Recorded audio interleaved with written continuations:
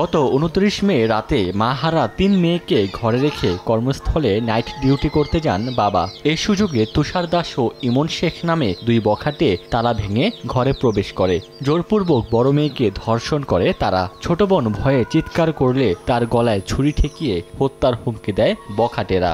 এক পর্যায়ে ভুক্তভোগী কিশোরী অচেতন হয়ে পড়লে পালিয়ে যায় তুষার ও ইমন শেখ। ঘরে ঢুকছে, ঢুকার পরে ওর গলায় ছুরি ঢুকছে। আরো আগে 4 দিন ধরে নাকি আসতেছে। তাহলে তুমি বললা নাকি কয়দিন আমার গলায় ছুরি ঢুকছে, সেই জন্য আমি বলি না। ওর অনেক ভয় দেখাইছে। ও শিক্ষার পার্টি পার্টি এই জায়গায় বেরোয় চলে আসছে। ও বেরোয় আসার সাথে সাথে ওর সাথে বেরোয় গেছে। এই ছেলের ব্যাপারে আগে এরকম একাধিক ঘটনা জড়িত আছে। এই ব্যাপারে সুষ্ঠু বিচার তদন্ত আমরা দাবি করছি। এই ঘটনার পর স্থানীয় প্রভাবশালীদের চাপে প্রথমে কোনো অভিযোগ করতে পারেননি ভুক্তভোগীর বাবা। পরে ৮ জুন কোতোয়ালি থানায় মামলা করলে রাতেই তুষার দাসকে গ্রেফতার করে পুলিশ। বাবা অভিযোগ দায়ের করে এই সংক্রান্তে আমরা মামলা নিয়ে আমরা আসামি গ্রেফতার করি এবং ভিকটিমকে ডাক্তারি পরীক্ষার জন্য বঙ্গবন্ধু মেডিকেলে প্রেরণ করি।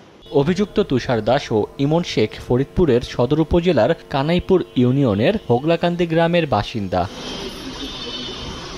সময় সংবাদ, ফরিদপুর।